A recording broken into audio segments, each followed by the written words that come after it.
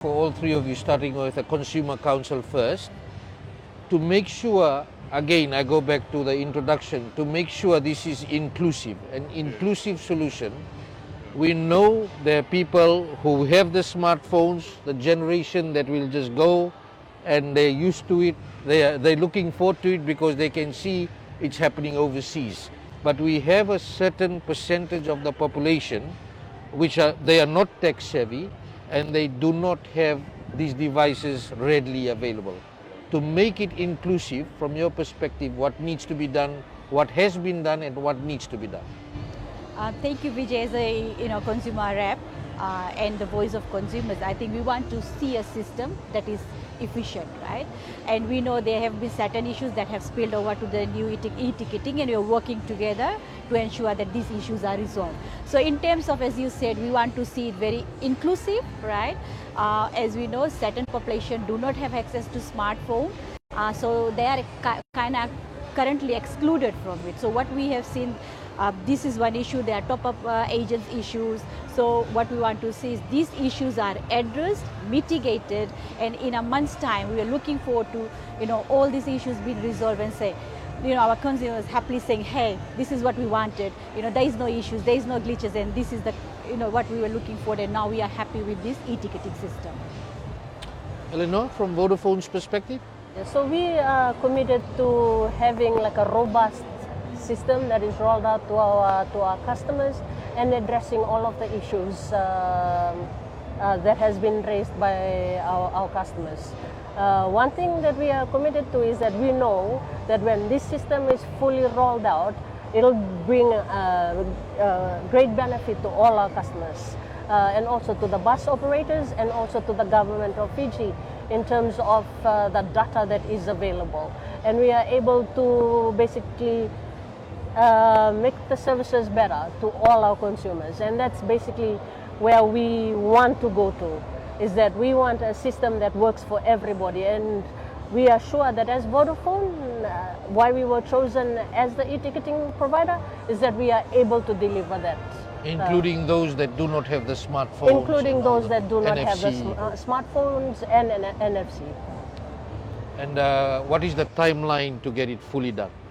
So at this point in time, there are certain dependencies that we have to work with government.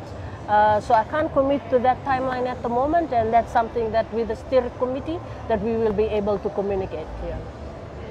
This year, this few months? It'll be this year. This year? It'll be this year, definitely this year. It's dependent on you. What Eleanor is alluding to is the tap-on, tap-off technology. That requires another round of discussion because again, if we now don't get it right, the consumers are going to be very upset with us. So it needs global GPS mapping and all that. So there's a bit of a process, and we need to involve FCCC and also LTA. So that discussion's already happening.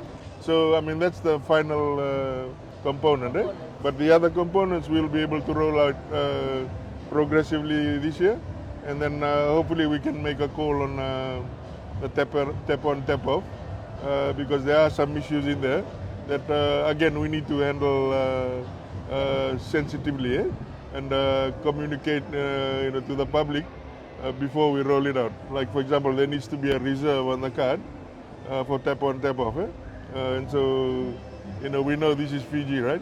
Not everybody has money in the card. So these are some of the practical things that we need to sort of flesh out.